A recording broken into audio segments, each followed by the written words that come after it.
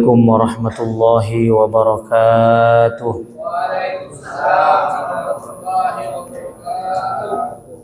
Bismillahirrahmanirrahim. Alhamdulillahi rabbil alamin.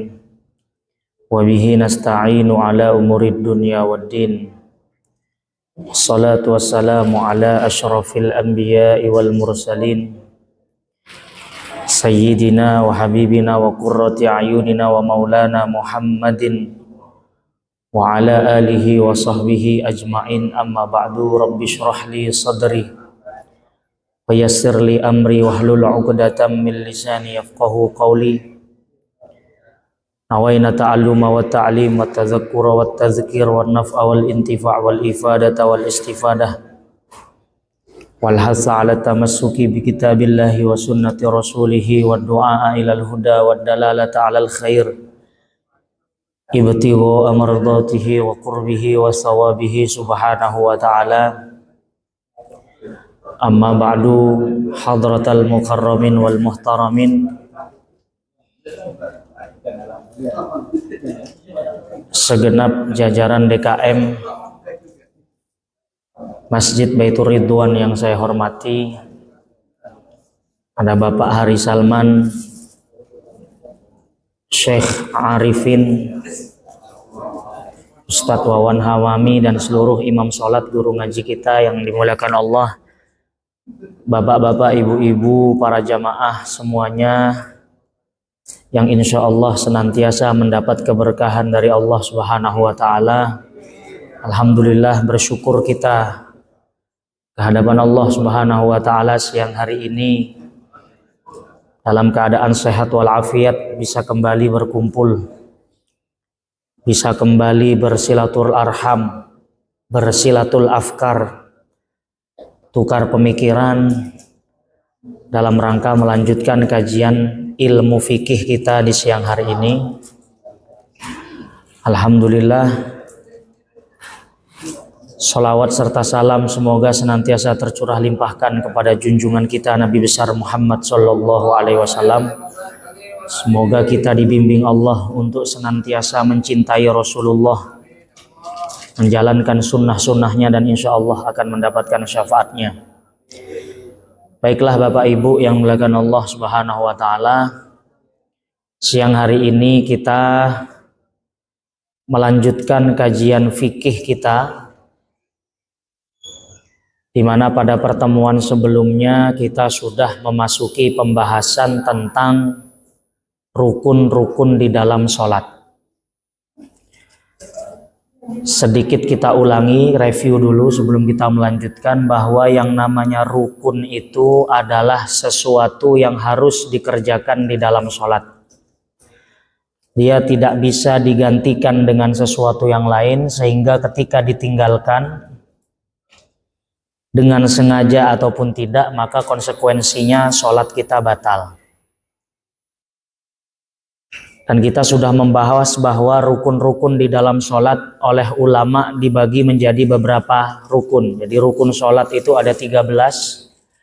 Dari yang 13 itu dibagi menjadi beberapa kategori. Ada yang disebut dengan rukun qalbi, rukun sholat yang dikerjakan oleh hati, yaitu satu. Apa itu? Yaitu niat. Jadi niat itu disebut rukun qalbi karena pelaksanaannya dilakukan di dalam hati. Dia tidak bisa digantikan dengan sekedar ucapan, dengan sekedar nawaitu, dengan sekedar usolli, tapi hatinya tidak bergerak. Melainkan tempatnya adalah hati, yaitu niat. Lalu ada rukun yang kedua yang disebut dengan rukun qauli atau rukun lisani. Rukun qauli atau lisani ini adalah rukun yang diucapkan dengan lisan. Maka rukun qauli dari sholat kita yang setiap hari 5 kali ini, Bapak Ibu, kata ulama ada 5. Yang pertama, takbiratul ihram. Itu rukun qauli karena harus diucapkan dengan lisan. Yang kedua, membaca surat Al-Fatihah, itu juga rukun qauli. Yang ketiga, tasyahud akhir, Jadi tahiyat akhir at-tahiyatul mubarakatus salawatut thayyibatulillah itu rukun qauli. Lalu yang keempat, sholawat kepada Nabi Muhammad SAW di tasyahud atau tahiyat yang terakhir. Jadi tasyahudnya rukun qauli, sholawatnya juga rukun qauli, baru yang kelima adalah taslim. Taslim itu salam yang pertama. Jadi assalamualaikum warahmatullah itu rukun qauli. Apa konsekuensinya ketika 5 hal ini adalah rukun qauli? Dia harus diucapkan oleh lisan, tidak boleh hanya sekedar di dalam hati. Dan ini sering terjadi, orang begitu khusyuk takbirnya, tetapi ketika takbir hanya menggerakkan tangannya tanpa lisannya mengucapkan Allahu Akbar, hanya di dalam hati saja. Maka itu tidak sah. Karena takbir itu adalah rukun qauli, rukun yang harus digerakkan oleh lisan dengan kadar minimal yang mendengar telinga kita sendiri. Begitu juga yang sering terjadi ketika salam. Ada yang salam hanya menggerakkan kepalanya saja tanpa mengucapkan assalamualaikum warahmatullah dengan lisannya. Maka itu juga tidak sah. Nah, sekali lagi, ketika 5 ini adalah rukun qauli, maka yang harus kita ingat baik-baik, dia harus diucapkan oleh lisan dengan kadar cukup didengar oleh telinga kita sendiri. Nah itu Pak ya. Lalu yang ketiga ada rukun fi'li. Rukun fi'li ini adalah rukun yang berupa gerakan. Jadi gerak tubuh fisik kita di dalam sholat itu disebut rukun fi'li, rukun gerakan. Ada sujud, ada i'tidal, ada ruku, duduk di antara 2 sujud, dan lain sebagainya, dan lain sebagainya. Nah, ini yang disepakati oleh ulama. Tapi ada satu rukun yang diperselisihkan oleh ulama apakah dia rukun atau tidak. Mayoritas ulama mengatakan ini bukan rukun. Tetapi sebagian kecil ulama, diantaranya Imam Abu Hamid Al-Ghazali rahimahullah, menjadikan satu hal ini adalah rukun. Ada yang tahu apa itu? Yaitu khusyuk. Jadi khusyuk itu diperdebatkan, dia rukun sholat ataukah tidak.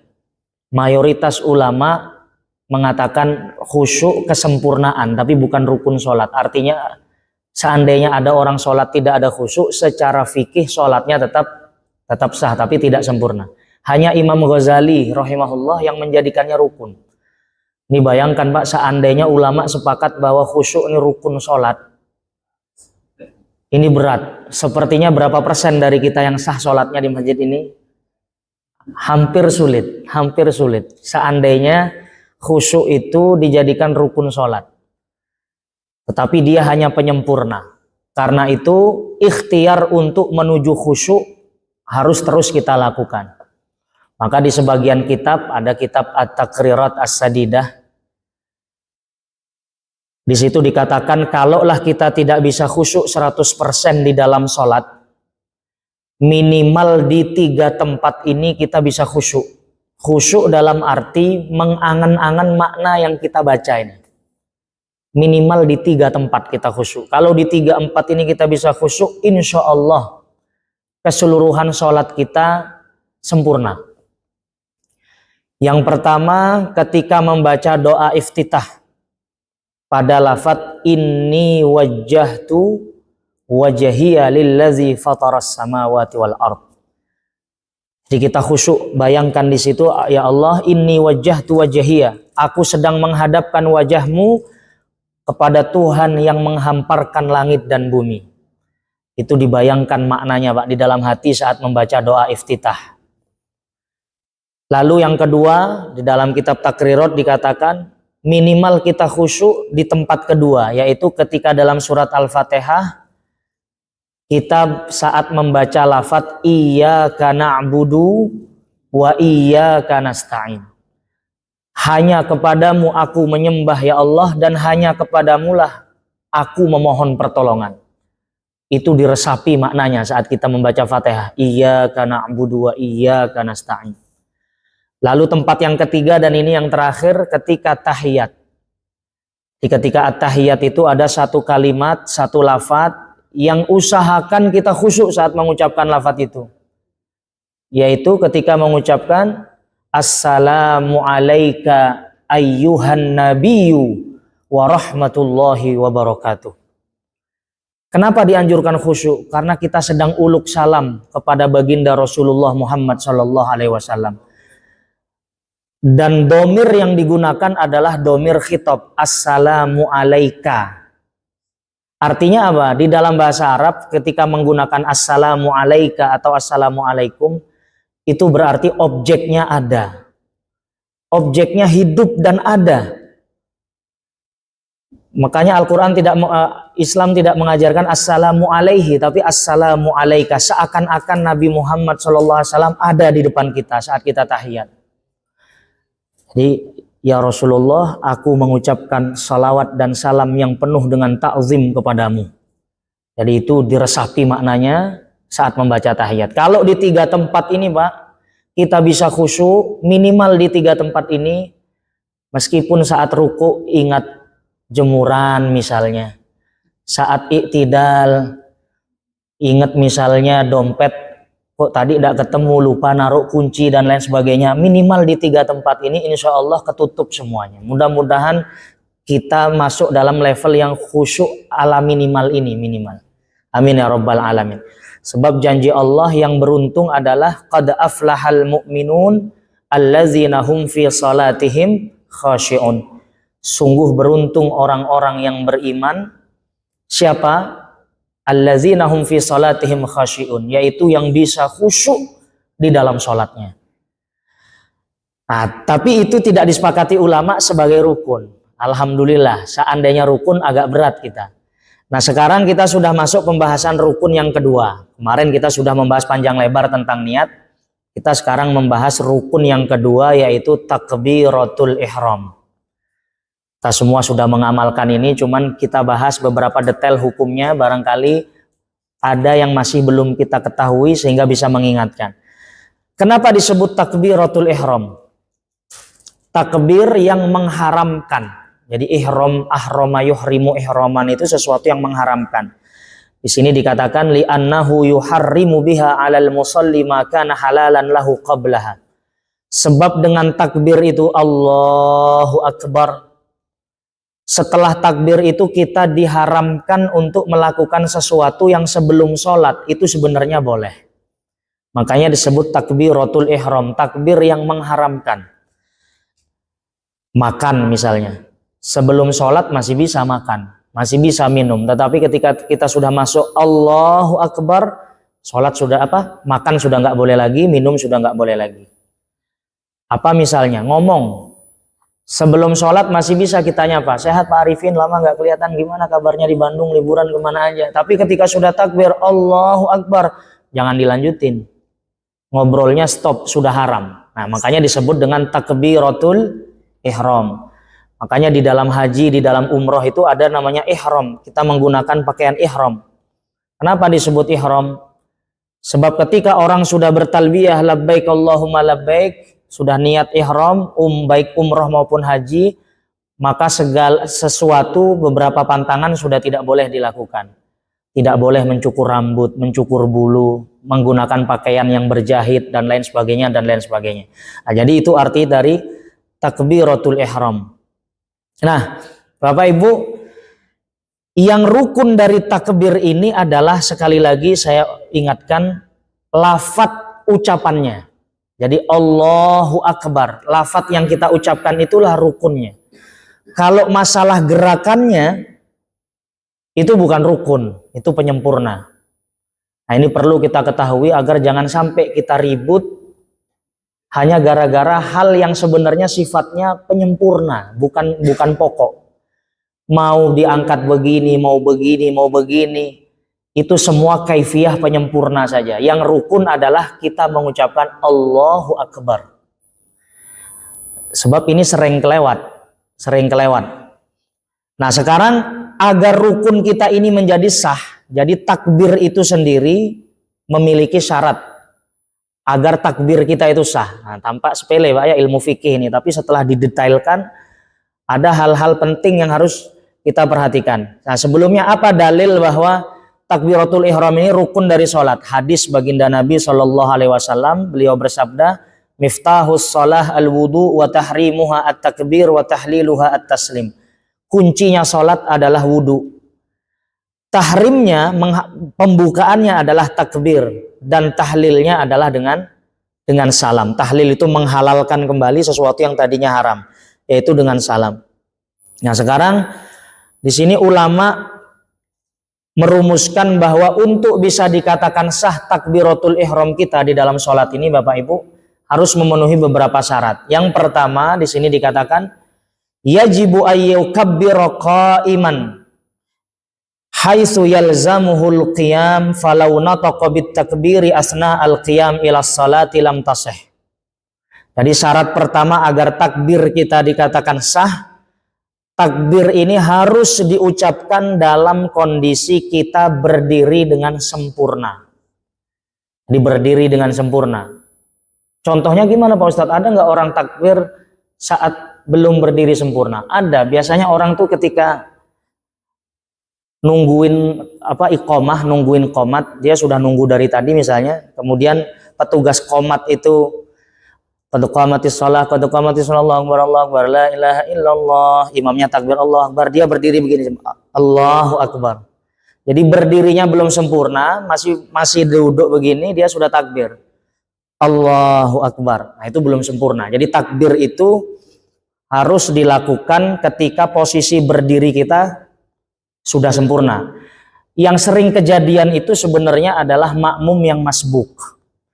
Jadi sering, dan ini sering saya perhatikan, seorang makmum datang ketika imamnya sedang ruku. Ketika imamnya sedang ruku, dia mungkin kepingin menututin rukunya imam. Sehingga apa yang terjadi? Dia cepat-cepat masuk ke dalam shaf, langsung Allahu Akbar. Dia langsung takbir untuk ruku tanpa melakukan takbiratul ihram, dan itu banyak terjadi, Pak. Bagaimana hukum sholat yang seperti itu? Tidak sah karena takbiratul ihramnya tidak ada.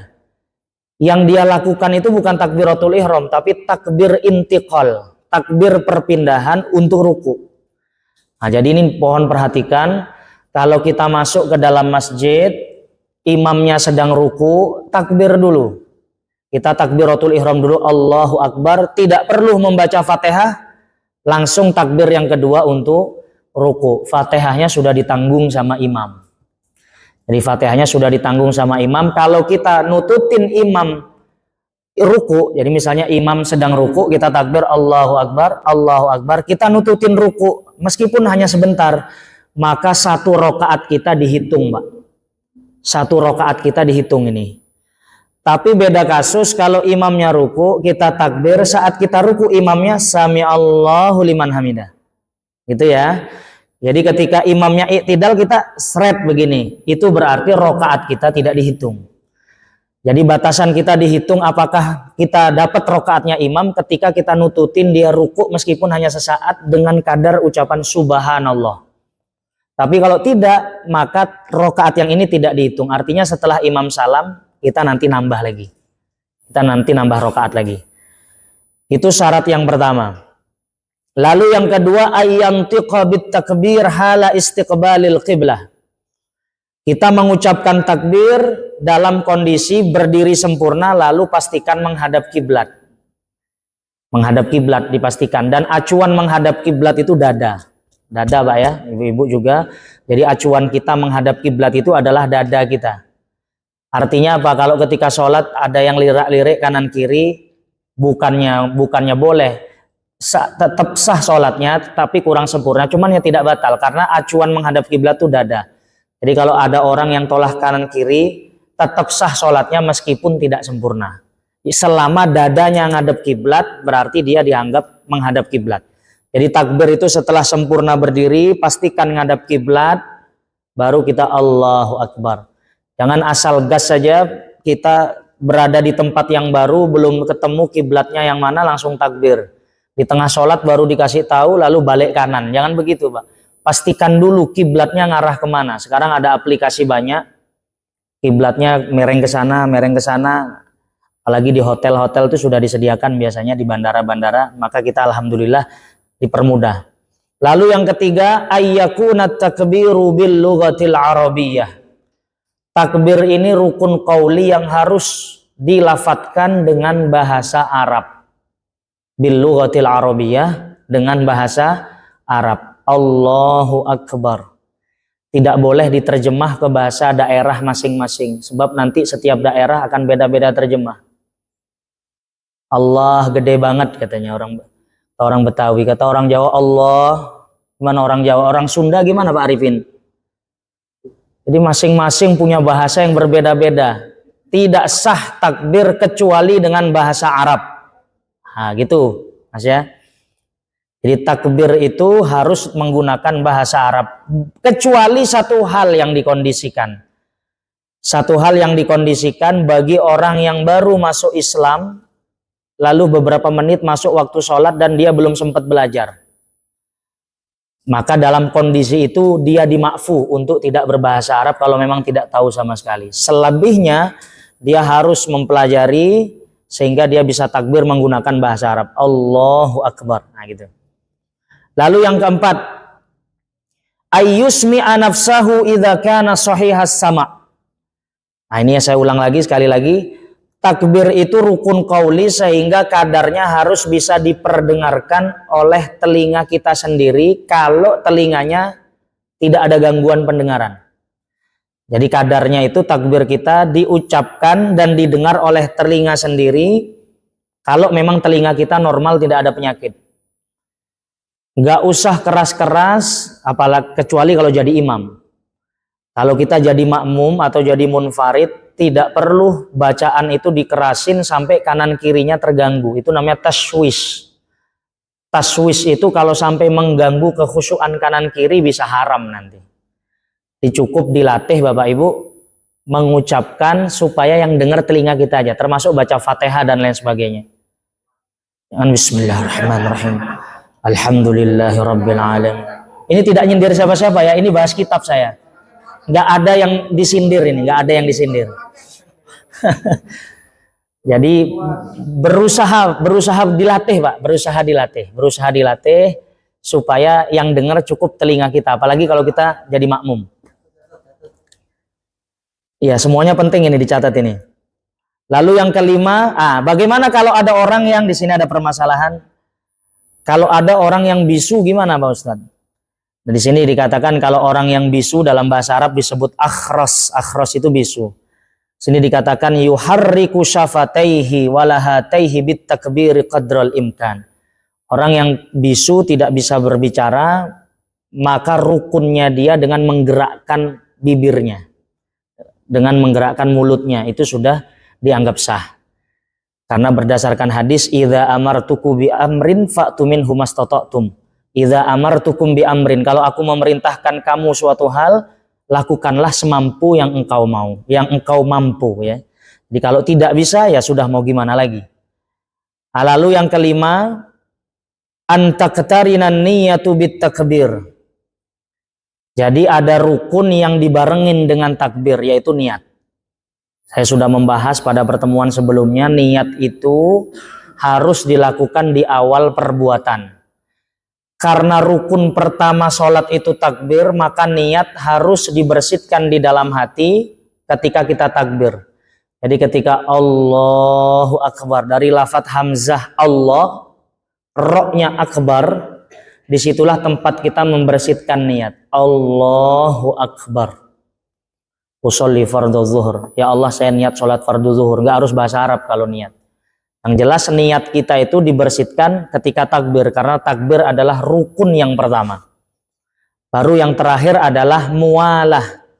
Apa artinya mualah? Mualah itu tidak ada jeda antara lafadz Allah dan akbar. Jadi jangan sampai takbirnya Allah, nunggu 5 menit dulu. Akbar, itu batal takbirnya karena dijeda dengan begitu lama. Jadi syarat takbir itu harus mualah, dia berkesinambungan, Pak. Allahu Akbar, nah gitu, berkesinambungan. Itu namanya mualah. Banyak kita temukan di dalam kitab fikih itu lafadz mualah. Sampai-sampai dalam penerapannya beberapa kasus itu terlalu berlebihan. Apa contohnya? Seperti contohnya dalam melakukan akad nikah. Akad nikah itu antara ijab dan qabul, itu para fuqaha menyebut dianjurkan untuk mualah. Maksudnya mualah apa? Antara ucapan wali dengan mempelai laki-laki, itu kalau bisa langsung. Tapi ya jangan terlalu ketat juga. Ada beberapa daerah yang sampai ijab qabul itu sampai benar-benar tidak boleh dipisah meskipun dengan nafas, Pak. Saya nikahkan putri saya, Fulanah bintu Fulanah, dengan mas kawin seperangkat sekian dibayar tunai. Kok itu nikah atas ada nafas dikit, ulang. Nggak harus begitu juga, Pak. Jadi yang dimaksud mualah itu yang penting secara tradisi antara ijab dan qabul tidak dialihkan dengan tema pembicaraan yang lain. Nggak harus juga nyambung, sampai ada beberapa yang sebelum akad nikah tuh latihan tarik nafas biar panjang, Pak. Ada itu di beberapa, saya pernah menemukan di beberapa tempat untuk melatih supaya ijab qabul nyambung. Qabul itu nikah wa taswijah. Nggak harus begitu juga gitu loh. Jadi maksud mualah itu yang penting tidak terputus gitu. Nah, jadi itu tadi rukun atau syarat dari takbiratul ihram kita. Kalau 6 syarat ini terpenuhi, Allahu Akbar, maka takbir kita sudah dianggap sah. Nah, sekarang ada beberapa kesunahan di dalam takbir, ya. Ada beberapa kesunahan. Ini ingat, ini adalah penyempurna. Sesuatu yang sifatnya penyempurna jangan dianggap rukun. Jadi kita belajar fikih itu salah satu tujuannya biar kita tahu yang mana yang rukun, yang mana yang sunnah. Kalau yang sunnah berarti tidak berpengaruh pada keabsahan sholat. Artinya kalau ada yang berbeda dengan kita, ya kita nggak usah terlalu mengingkari lah, karena itu sunnah saja, dia penyempurna. Tapi kalau yang rukun ini yang harus kita perhatikan baik-baik. Apa di antara penyempurna takbir? Di sini dikatakan yustahabbu alla yuqassirat takbir bihaitsu la yufhan wa alla yumattitahu. Tidak terlalu cepat, tidak juga terlalu panjang. Terlalu cepat misalnya Allahu Akbar, itu terlalu cepat. Makruh, nggak dapat kesunahan. Jadi disunahkan jangan terlalu cepat, jangan juga terlalu panjang. Allahu Akbar, terlalu panjang. Jadi bagusnya itu sedang saja. Allahu Akbar. Jadi khairul umur awsatuha, kata baginda Nabi. Sebaik-baiknya perkara itu yang ada di tengah-tengah. Tidak terlalu pendek, tidak terlalu panjang. Yang kedua, disunahkan bagi imam. Yustahabbu lil imam ayyajhar bi takbiratil ihram wa takbiratil intiqalat liyasma'al ma'mumin. Disunnahkan bagi orang yang menjadi imam menjaharkan. Jadi jahar itu adalah sekiranya terdengar oleh makmum juga takbiratul ihram dan takbir intiqal. Takbir intiqal itu takbir selain takbiratul ihram, ketika kita ruku, ketika kita sujud, bangun dari 2 sujud, itu namanya takbir intiqal. Kalau imam disunahkan jahar. Allahu Akbar, sami Allahu liman hamidah. Kalau makmum bagaimana? Makmum dianjurkan sir. Sir itu bukan dalam hati, Pak, ya. Banyak yang memahami sir itu ada jahar, ada sir. Sir itu bukan dalam hati, tetap diucapkan, cuman didengar oleh telinga kita sendiri. Itu kalau kita sholat sendiri atau menjadi makmum. Sami Allahu liman hamidah, Allahu Akbar. Yang penting telinga kita dengar. Kecuali kalau kita imam, maka dianjurkan agar makmum bisa mendengar dan mengikuti. Nah, kemudian yang terakhir, nah ini contoh kaifiyah bagaimana gerakan sempurnanya. Nah, ini perlu saya garis bawahi. Gerakan takbir ini contoh dari baginda Nabi Shallallahu Alaihi Wasallam sangat banyak sekali. Jadi kaifiyah yang muncul di dalam beberapa hadis tentang bagaimana gerakan kita takbir itu banyak. Yang jadi masalah adalah ketika orang membaca satu hadis lalu dia menjadikan itu satu-satunya patokan. Padahal nyatanya kaifiyah sholat baginda Nabi itu banyak riwayatnya. Karena Nabi sholat berjamaah dengan sahabatnya tuh hampir tiap hari 5 waktu. Dan masing-masing sahabat meriwayatkan dari apa yang tampak pada beliau. Nah, kalau di sini dikatakan yusannu lil musalli ayyarfa'a yadayhi fi takbiratil ihram. Disunnahkan ketika takbir, 1, mengangkat tangan. Jadi tangannya diangkat, Pak. Meskipun sholatnya dalam keadaan duduk. Jadi nanti kita akan membahas kalau ada orang yang tidak bisa berdiri maka dia duduk. Kalau nggak bisa maka dia duduk. Kalau nggak bisa duduk maka berbaring. Meskipun bagi orang yang duduk atau berbaring tetap saat takbir disunnahkan untuk mengangkat tangan. Allahu Akbar. Kemudian bagaimana gerakannya? Di sini menurut mazhab Imam Asy-Syafi'i rahimahullah berdasarkan hadis di dalam Sahih Bukhari, beliau memberikan mekanisme yang pertama mumayyilan atrafa asabihi wa nahwaha. Jadi ketika diangkat yang pertama itu jari jangan terlalu dirapatkan begini, Pak. Mufarriqan asabi'ahu tafriqan wasata. Jadi jari itu direnggangkan tapi enggak terlalu renggang, juga tidak terlalu rapat. Tafriqan wasato, direnggangkan tapi sedang-sedang saja, jangan terlalu begini Allah atau terlalu rapat Allah. Jadi renggang tapi tafriqan wasato, dengan renggang yang ideal, tidak terlalu lebar, tidak terlalu sempit. Kalau itu kucing garong, kalau Pak Slamet tadi itu begini tadi. Nah, kemudian yang dianjurkan atraf asabi itu ujung setiap jari sedikit condong ke arah kiblat. Jadi nggak lurus begini, Pak.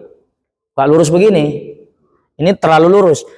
Ujung jari dianjurkan, disunahkan sedikit condong ke arah kiblat. Mumilan atrafa asabihi nahwal kiblah.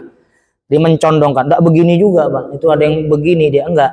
Jadi tetap ke atas diangkat, ujungnya agak begini, Pak. Agak ke kiblat. Kemudian wa yarfa'ul yadain hazwa mankibaihi bihaitsu hadza atrafu asabihi a'la udhunayhi wa ibhamahu syahma udhunayhi wa rahatahu mankibaihi. Nah, di sini terjadi perbedaan pendapat dalam memahami hadis Imam Bukhari. Menurut pendapat Imam Asy-Syafi'i rahimahullah, jadi lafadz hadisnya, kalau lafadz hadisnya itu kana Rasul idza iftataha shalah rafa'a yadayhi hazwa mankibaihi, sejajar dengan mangkib. Mangkib itu bahu. Bagaimana penafsiran dari sejajar dengan bahu? Nah, di sini ulama berbeda-beda menafsirkan. Semua sepakat dengan hadisnya, tapi dalam penafsirannya itu bermacam-macam. Imam Asy-Syafi'i rahimahullah menafsirkan lafadz hazwa mangkibai, sejajar dengan bahu itu, satu, ujung dari jari itu sejajar dengan a'lal udhun. Jadi ujung jari kita ini sejajar dengan ini, Pak. Nah, itu yang harus perhatikan. Jadi Allah, kalau menurut Imam Syafi'i, ujung jari-jari ini sejajar dengan apa? Kuping yang atas. Kuping yang atas. Lalu yang kedua, wa ibhamahu syahmatai udhunai. Ibham, ini bahasa Arabnya jari jempol itu ibham. Ibhamnya sejajar dengan syahmatai udhun. Syahmatai udhun itu daun telinga yang belek inilah. Ini syahmatai udhun bahasa Arabnya. Jadi ujung jari yang atas sejajar dengan telinga yang paling atas, jempolnya sejajar dengan daun telinga. Daun telinga. Warahatahu mangkibeh, dan dua telapaknya sejajar dengan mangkib. Mangkib itu bahu. Jadi gambarannya Allah. Gak harus begini juga, Pak. Gak harus ngepas gini. Yang penting sejajar. Sejajar itu lurus gitu.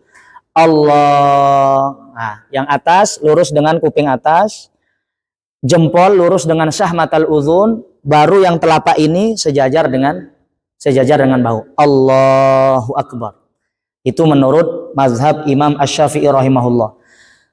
Setelah takbir selesai diletakkannya di mana? Disinilah para ulama kita berbeda-beda. Mazhab Asy-Syafi'i rahimahullah, Imam Asy-Syafi'i mengatakan tahtas sodr, di atas pusar, di bawah dada. Jadi di sini kurang lebih. Tangannya diletakkan di sini. Jadi tahtas sodri, di atas pusar sedikit, di bawah dada sedikit, di tengah-tengah. Sini, Pak. Mazhab Hanafi dan Hambali, Imam Abu Hanifah dan Imam Ahmad bin Hambal, itu agak sedikit turun ke pusar. Di sini, Pak. Jadi kalau kita di Masjidil Haram ngelihat tata cara takbir berbeda-beda, nggak masalah, semuanya punya dalilnya. Allahu Akbar, ke bawah pusar dia. Sebagian pendapat ulama mazhab Maliki irsal itu nggak diletakkan di tubuh, jadi langsung dilepas. Allahu Akbar, langsung begini. Itu sebagian pendapat mazhab Maliki. Jadi kalau Imam Asy-Syafi'i di bawah sodr itu di bawah dada, di atas pusar, agak ke kiri sedikit. Mazhab Hanafi dan Hambali agak sedikit ke bawah pusar.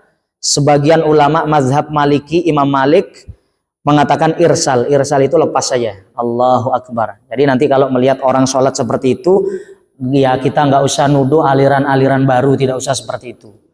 Karena kaifiyah takbir ini ada banyak sekali riwayat dan masing-masing mazhab mengamalkan sesuai riwayat yang menurut mereka kuat. Nah, Imam Asy-Syafi'i berpegangan pada riwayat di Sahih Bukhari dengan pemahaman yang sudah kita jelaskan tadi. Jadi Allah hazwa mangkibah itu yang ini yang lurus ke punggung. Kalau perempuan bagaimana? Di sini dikatakan wal mar'atu karrajuli fi kulli hadza, kecuali kalau perempuan agak sedikit merapatkan. Ya, Bunda ya, jadi jangan terlalu lebar. Jangan begini kalau perempuan.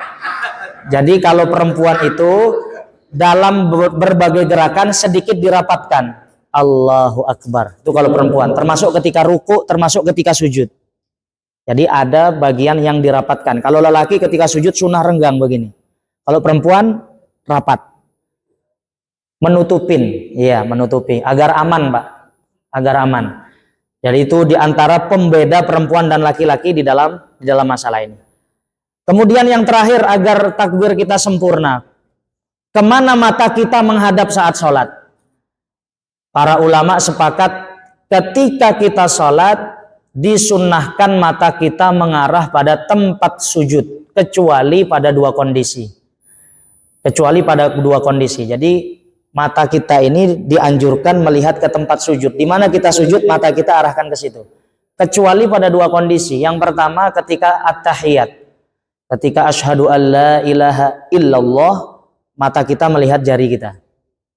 Jadi dari tempat sujud dipindahkan ke ujung jari. Yang kedua, ketika kita sholat di depan Ka'bah. Kalau sholat di depan Ka'bah disunnahkan selama sholat full ngelihat ke Ka'bah. Karena melihat ke Ka'bah itu sendiri adalah ibadah. Melihatnya saja ibadah, Pak. Jadi ketika sholat di depan Ka'bah jangan nunduk-nunduk, malah makruh itu. Allahu Akbar, nunduk-nunduk begini. Allah, terima kasih saya sudah sampai di sini. Lurus ngelihatnya, lurus, tegak. Nah, kalau nggak percaya lihat aja Imam As-Sudais, Imam Masjidil Haram itu selama ngimamin dia tegak begini ngelihatnya. Kenapa? Karena dia sholatnya pas di depan Ka'bah. Jadi 100% kalau orang sholat di depan Ka'bah yang disunahkan langsung melihat Ka'bah. Nah, kita yang jauh dari Ka'bah, kesunahannya adalah mata mengarah pada tempat sujud. Saya kira itu hal-hal yang berkaitan dengan takbiratul ihram. Insya Allah semua yang disebutkan tadi sudah kita amalkan. Mungkin sebagai pengingat saja. Barangkali ada yang ingin didiskusikan, falyatafaddal mashkura. Oleh Bapak Ibu, ada Arifin.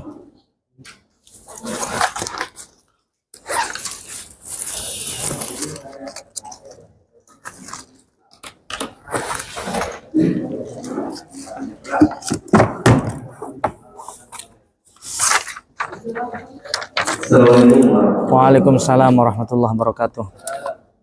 Ini kan di saat takbiratul ihram. Yang pertama itu kan akhir kesempurnaan seperti ini. Iya. Tapi kadang-kadang saya lihat itu di beberapa tempat itu mereka tuh cara takbiratul ihramnya itu agak sedikit aneh gitu kan. Itu Allahu Akbar. Tapi begitu sampai itu. Oh iya.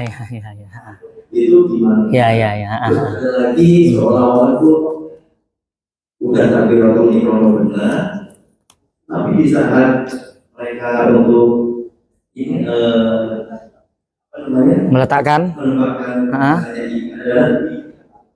kayak orang mau masukin pedang. Jadi kayak orang mau masukin pedang. Iya. Iya. Waalaikumsalam warahmatullahi wabarakatuh. Izin Pak siapa namanya? Pak Elo. Iya. Ya, saya jawab langsung ya, Pak Elo, terkait kaifiyah. Yang pertama yang harus kita, kalau kita agar kita tidak risih dengan sesuatu yang barangkali tidak biasa kita saksikan. Pertama, kita sadari bersama-sama yang rukun itu adalah ucapannya. Allahu Akbar, itu rukunnya. Terkait gerakannya, itu bukan rukun. Itu adalah penyempurna. Artinya jangan sampai berkelahi gara-gara perbedaan itu. Nah, kemudian ada beberapa fenomena yang kita menyaksikan, jadi diputar begitu Pak ya. Iya. Saya juga pernah melihat itu. Jadi diputar, jadi dia meletakkannya Allah, diputar begini. Saya pernah mencoba bertabayun, apa landasannya. Ternyata dalam sebuah keterangan ada dikatakan Rasulullah itu menyukai yuhibbut tayamun fi kulli syai'. Nabi itu suka mendahulukan kanan pada hal-hal yang baik. Makan tangan kanan, masuk ke masjid tangan kanan dulu. Berdasarkan keumuman hadis ini, orang itu memahami bahwa meletakkan tangan setelah takbir itu pun merupakan kebaikan sehingga yang kanan yang ingin didahulukan. Ya, jadi saya pernah klarifikasi dasarnya apa, dia menjawab menggunakan hadis itu. Jadi kata dia, Nabi menyukai tayamun. Tayamun itu mendahulukan kanan pada hal-hal yang sifatnya baik. Dan dia memahami bahwa di antara yang baik itu adalah meletakkan tangan saat takbir, sehingga Allahu Akbar, dia kanannya dulu diturunin, baru kirinya baru diletakkan. Tetapi dalam mazhab Syafi'i yang warid seperti yang tadi itu yang saya bacakan. Jadi langsung diturunkan, langsung kedua-duanya dibawa ke bawah dada. Masalah orang lain memiliki penafsiran berdasarkan pemahaman dia, ya monggo-monggo saja. Yang penting itu bukan rukun gerakannya. Yang rukun itu takbiratul ihram. Kecuali kalau dia muter-muter begini, kemudian takbirnya dirubah misalnya. Allahur Rahman misalnya dirubah, bukan Allahu Akbar. Allahul Azim. Nah itu kita bisa menegur itu.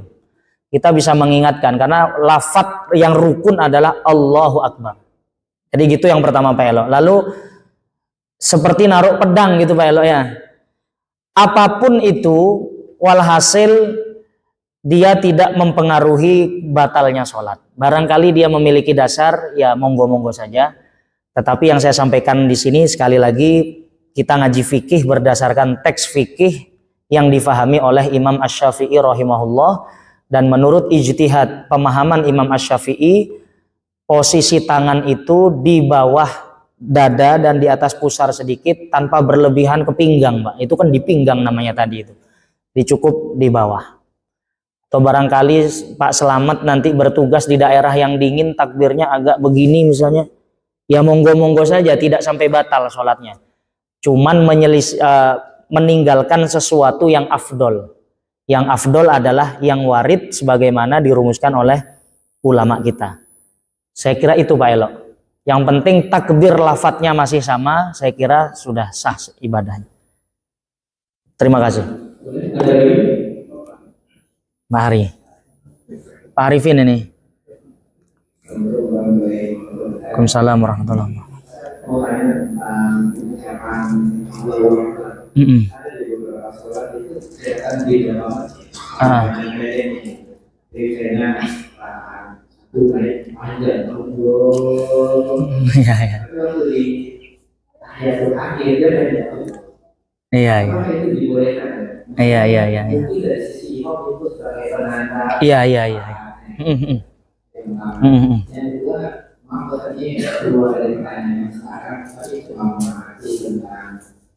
Setelah kita sholat fardu, iya, ada yang suka tidak iya. Beberapa orang memindahkan posisi berdirinya di tempat yang baru. Oh, iya. Harus tidak. Waalaikumsalam warahmatullahi wabarakatuh. Terima kasih. Ini pertanyaan. Sekalian. Oh, sekalian. Silakan Pak Ucup. Waalaikumsalam warahmatullahi wabarakatuh.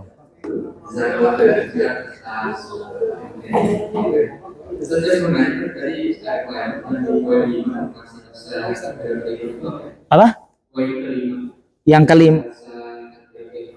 Syarat sah takbiratul ihram berbarengan dengan niat, Mas. Iya. Iya. kan seperti kita tahu kan lafaz takbir itu tuh Allah Akbar. Allahu Akbar. Kebanyakan kita itu entah saya salah dengar atau kemudian mau ditanya seperti itu dia pakai ada wawunya dan Allah Akbar. Ada wawunya. Ya. Oh. Kita biasa jadi Allah Akbar kan Allah ada wawunya. Oh iya. Kalau alif ya. Bacaan itu sangat mudah. Terima kasih, terima kasih. Terutama kan yang dari kata itu ya dari sudut ke atas tuh Iya. saya sendiri itu Allah. Jadi ada wawunya gitu. Benar. Iya. Terima kasih, terima kasih. Yang pertama terkait panjang pendek. Sebenarnya ada batasan tidak? Tidak, selagi sebenarnya tidak menyalahi kaedah-kaedah ilmu tajwid, maka tidak masalah Pak Ari. Jadi maksud kaedah ilmu tajwid itu apa? Mat tobi'inya dipanjangkan. Lafaz Allah itu kan ada alif yang begini. Itu yang harus dipanjangkan. Bar pendek. Yang menjadi masalah adalah ketika kita mempanjangkan pada sesuatu yang tidak ada faktor untuk memanjangkan. Allahu Akbar. Dan ini sering terjadi di adzan subuh. As-salatu khairum minan naum. Nah, itu bagusnya sholat yang dipanjangin daripada naumnya. Jadi kebanyakan kan naumnya dipanjangin. Minan naum, sholat lebih baik daripada tidur. Jadi orang termotivasi untuk tidur. Orangnya termotivasi tidur, harusnya sholat yang dipanjangin. As-salatu khairum minan naum. Nah, di Masjidil Haram gitu, naumnya itu pendek gitu. Artinya apa? Selagi tidak bertentangan dengan kaedah tajwid, yang panjang dipanjangkan, yang pendek dipendekkan, masalah durasinya dia memilih takbiratul ihramnya lebih panjang, kemudian takbir intiqalnya lebih pendek, maka itu tidak masalah. Nah, apalagi sekarang kita lebih dipermudah kalau di Masjidil Haram tuh biasanya ada muraqi yang di belakang imam ngulangin apa yang diucapkan imam. Allahu Akbar, Allahu Akbar. Dan biasanya ada gitu kan. Nah, itu lebih mempermudah lagi. Tujuannya untuk memberi isyarat komando pada makmum agar nggak salah. Agar nggak salah. Karena kalau tidak dibedakan panjang pendeknya, khawatir ketika bangun tahiyat awal dia nanti langsung nyelonong berdiri. Kalau panjangnya sama, makanya lebih dipendekkan. Itu yang pertama. Lalu pertanyaan kedua terkait ada beberapa orang ketika sholat sunnah qobliyah ba'diyah memilih untuk berpindah tempat. Apakah harus seperti itu? Jawabannya tidak harus seperti itu. Tetapi mereka yang melakukan memiliki dasar. Dasarnya di dalam surat Az-Zalzalah, idza zulzilatil ardu zilzalaha wa akhrajatil ardu asqalaha. Di antara ayatnya adalah wa yauma idin tuhaddisu akhbaraha bi anna rabbaka awhalaha. Jadi ayat ini berbicara tentang hari kiamat di mana nanti bumi diguncang sekuat-kuatnya, lalu manusia dikumpulkan di padang mahsyar, lalu setelah itu Allah mengabarkan yauma idzin tuhaddisu akhbaraha. Nanti bumi yang kita pijak ini akan menjadi saksi terkait amalan apa yang kita amalkan saat kita menginjak dia. Jadi di hari kiamat nanti yang menjadi saksi kita, Pak, bukan hanya anggota tubuh kita yang berbicara, tapi bumi yang kita pijak itu akan mampu menjadi saksi kita di hadapan Allah.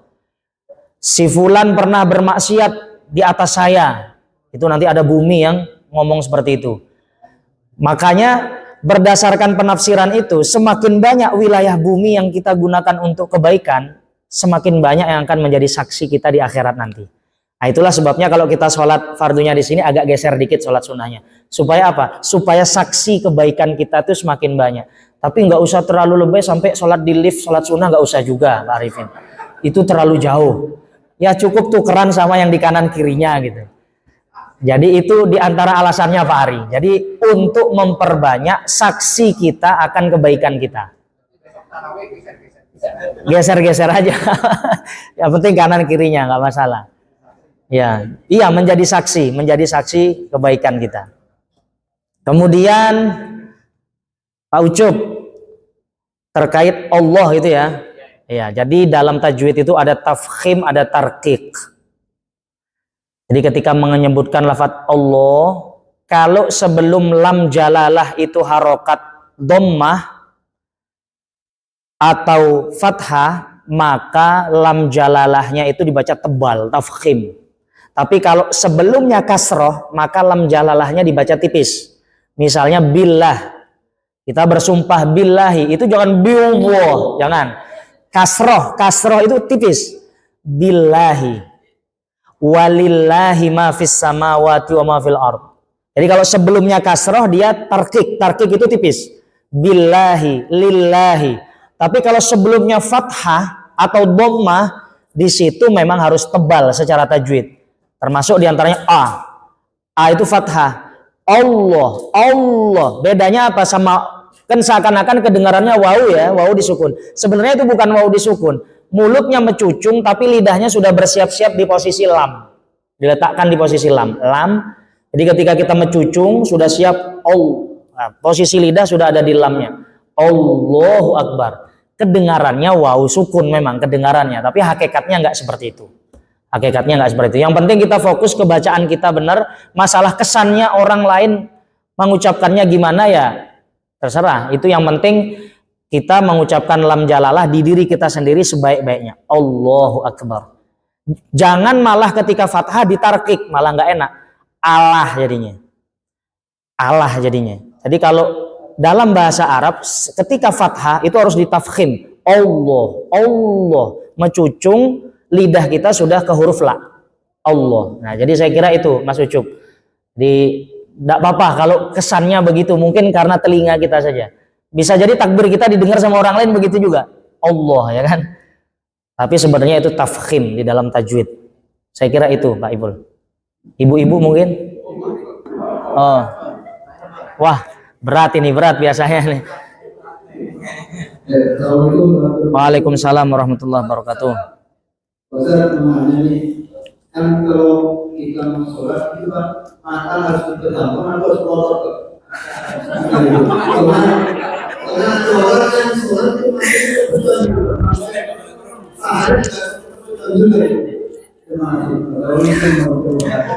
Waalaikumsalam warahmatullahi wabarakatuh. Iya. Jadi yang pertama hukum asalnya pandangan mata kita disunahkan ke tempat sujud. Kecuali dalam kondisi kita tidak bisa khusyuk kecuali memejamkan mata. Maka kata Imam Nawawi tidak dimakruhkan memejamkan mata. Dalam kondisi kita hanya bisa khusyuk kalau merem. Maka silahkan untuk merem. Tapi sebaliknya ada kondisi yang justru kita dimakruhkan untuk merem, Pak Arifin. Kita sholat di tanah lapang yang kalau kita nggak melek takutnya ada laron ke muka kita, itu kan kita nggak tahu kalau kita merem. Jadi lebih baik terbuka matanya. Walhasil hukumnya merem tidak dilarang. Kalau Pak Arifin merasa dengan merem lebih mudah khusyuk, silahkan. Tapi diperhatikan suaranya imam. Takut imamnya sudah sujud, Pak Arifin masih berdiri baca surat. Karena merem nggak ngelihat kan gitu. Makanya apalagi sholat subuh bahaya ini kan. Apalagi meremnya saat sujud. Wah itu lebih bahaya, bisa batal sholatnya. Gitu Pak Arifin ya. Kalau memang membantu khusyuk tidak dimakruhkan. Saya kira itu. Terima kasih.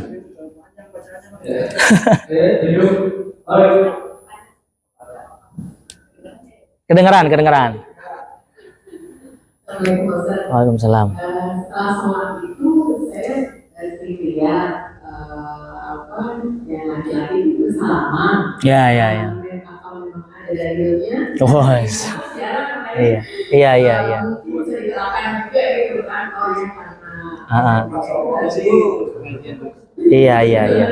Terima kasih Pak. Iya, terima kasih. Ini mau dijawab sekarang atau pengajian bulan depan? Bulan Syawal ini. Atau singkat saja. Bu, bagaimana hukum bersalaman setelah sholat? Itu sama seperti bagaimana hukum kita ngecek WhatsApp setelah sholat.